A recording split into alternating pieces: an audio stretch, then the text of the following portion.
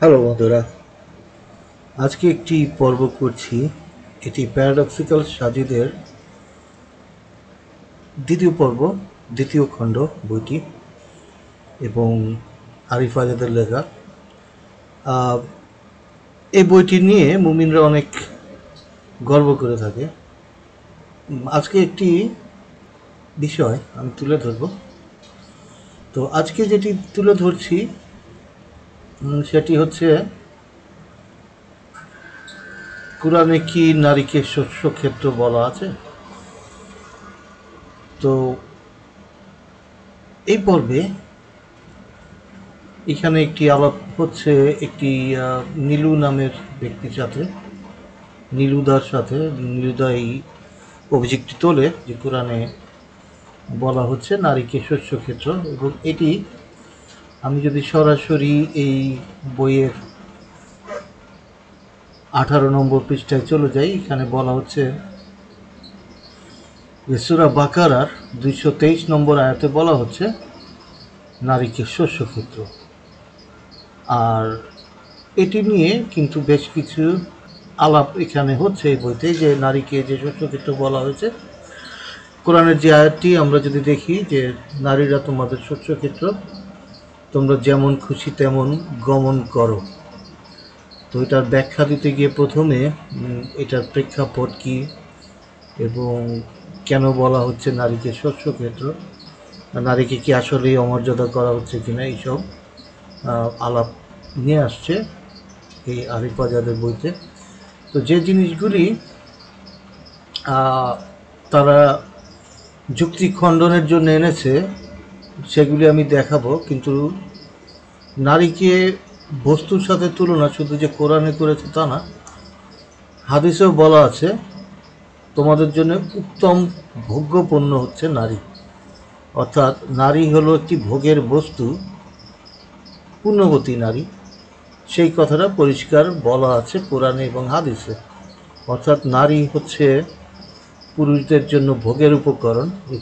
এদেরকে, নারীদেরকে যেভাবে খুশি ব্যবহার করা যাবে। তো এরা যেটা বলার চেষ্টা করছে সেটা হচ্ছে যে, যেমন পূর্ণিমার চাঁদ ঝলসানো রুটির সাথে তুলনা করা হয়, ঠিক এরকম আবার নারীকে তো ক্ষেতের মতো অনেক লালন পালন করে বাচ্চা উৎপাদন করার জন্য তৈরি করা হয়, ইত্যাদি ইত্যাদি। কথা হচ্ছে যে, যদি এই প্রেক্ষাপটটি সঠিক হয় যে অতীতে যে কাহিনীটি এখানে বলা আছে প্রেক্ষাপটে, যে অতীতে যে সিরাত গ্রন্থে যেটা পাই, সিরাত গ্রন্থ থেকে যে প্রেক্ষাপট আমরা পাই, সেটা এখানে বলা হচ্ছে যে অতীতে ইহুদিরা বিশ্বাস করত যে নারীদের পিছন দিক থেকে যদি সঙ্গম করা হয় তাহলে তাদের সন্তান যেটা হবে, অর্থাৎ গর্ভের যে সন্তানটি হবে, সেই সন্তানটি হবে তির্যক বা টেরা। এই কুসংস্কারটি ভাঙার জন্যে নাকি এই আয়াতটি নাজিল হয়েছে। কারণ তারা যখন ইহুদিদেরকে বিয়ে করত তখন সেই নারীরা পিছন থেকে সঙ্গম করতে রাজি হতো না। এই জন্য নাকি ইবনে উমর বলেছেন যে আমরা স্ত্রীদের সাথে পেছনের দিক থেকে সহবাস করতাম, কিন্তু যখন আমরা মুমিনরা হিজরত করলাম তখন সেখানে যখন আমরা আনসারি নারীদের বিয়ে করলাম, আমরা তাদের সাথেও সেভাবে মিলিত হতে চাইলাম, কিন্তু আনসারি নারীরা যারা একসময় ইহুদি ছিল তারা সেটা পছন্দ করতো না। তারা এতকাল মেনে আসে ইহুদি রীতি মেনে চলতে চাইতো। তখন কোরআনে আয়াতটি নাজিল হয় যে তোমরা নারীদেরকে যেভাবে খুশি করো, সামনে পিছনে কোনো সমস্যা নেই। তো এটাই যদি হতো, আল্লাহ তো বলতো যে হে নারীগণ, হ্যাঁ, হে নারীগণ, তোমরা পুরুষদের সাথে যেভাবে খুশি মিলিত হও, কোনো সমস্যা নেই। এটা নারীদেরকে বলা হতো, কিন্তু পুরুষদেরকে কেন বলা হচ্ছে যে হে পুরুষগণ, নারীরা তোমাদের শস্য ক্ষেত্র, তোমরা যেভাবে খুশি মিলিত হও। তাহলে আল্লাহ কেন নারীদেরকে শস্যক্ষেত্র বানাচ্ছেন, একটা বস্তুর সাথে তুলনা দিচ্ছেন, আর এটাতে বলাতে যে পুরুষদেরকে অবাধভাবে যৌনচার করার অধিকার নারীর উপর দিয়ে দিচ্ছে, পরিষ্কার বোঝা যায়।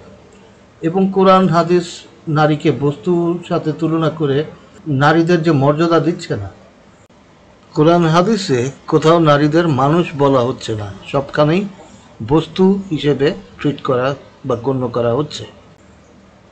সেটা পরিষ্কার হয়ে ওঠে, কারণ কোথাও বলা হচ্ছে না যে হে নারীগণ তোমরা যেভাবে খুশি মিলিত হও। এটা বললেই তো সমস্যা থাকতো না, কিন্তু কেন বলা হচ্ছে যে হে পুরুষগণ তোমাদের নারী হলো শস্যক্ষেত্র, তোমরা যেমন খুশি তেমন তাদের উপর লাঙ্গল চালাও।